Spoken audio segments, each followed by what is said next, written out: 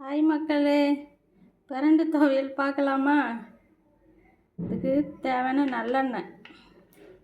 பிரண்டு துவையலுக்கு நல்லெண்ணெய் தான் ஊற்றணும். தேவையான உளுத்தம்பருப்பு, ஒரு கைப்பிடி அளவு உளுத்தம்பருப்பு, காரத்துக்கு ஏற்ற மாதிரி காஞ்ச மிளகாய், சின்ன வெங்காயம், பூண்டு.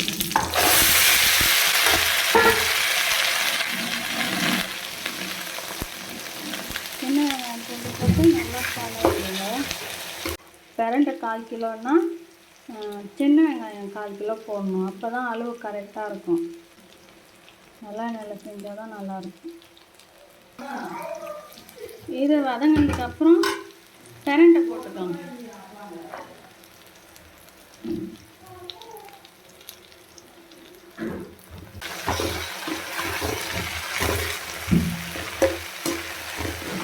இது ரெண்டும் நல்லா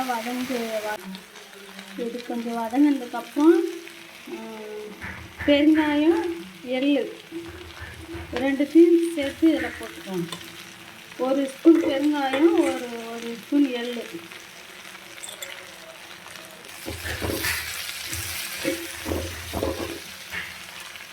அதுக்கப்புறம் ஒரு கை நிறைய கொத்தமல்லி சேர்த்து கலந்துக்கோங்க.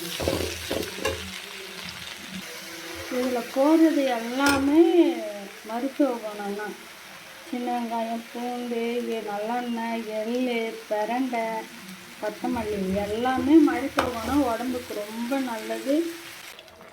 இது வதங்கினதுக்கப்புறம் ஒரு அரை மூடி தேங்காய், 1/2 கிலோ 1/4 கிலோ பிரண்டை, 1/4 கிலோ சின்ன வெங்காயத்துக்கு 6 மூடி தேங்காய் போடணும். பொடியாக கட் பண்ணி தேங்காய் போட்டுக்கோங்க. அதுக்கு நெல்லிக்காயோட கொஞ்சம் பெரிய சைஸில் நீங்கள் பிரண்டை எவ்வளோ போடுறீங்களோ அதை விட கொஞ்சம் அதுக்கேற்ற மாதிரி புளி போட்டு ஆஃப் பண்ணிவிடுங்க. ஆஃப் பண்ணிவிட்டு ஜாரில் போட்டு அரைச்சிக்கணும்.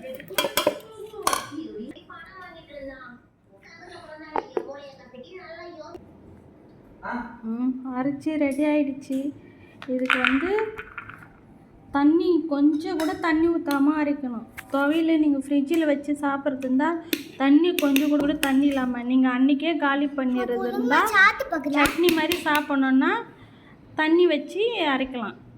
இல்லை ஃப்ரிட்ஜில் வச்சுக்க போகிறீங்க, துவையல் மாதிரி சாப்பிட போனால் கொஞ்சம் கூட தண்ணி இல்லாமல் அரைங்க.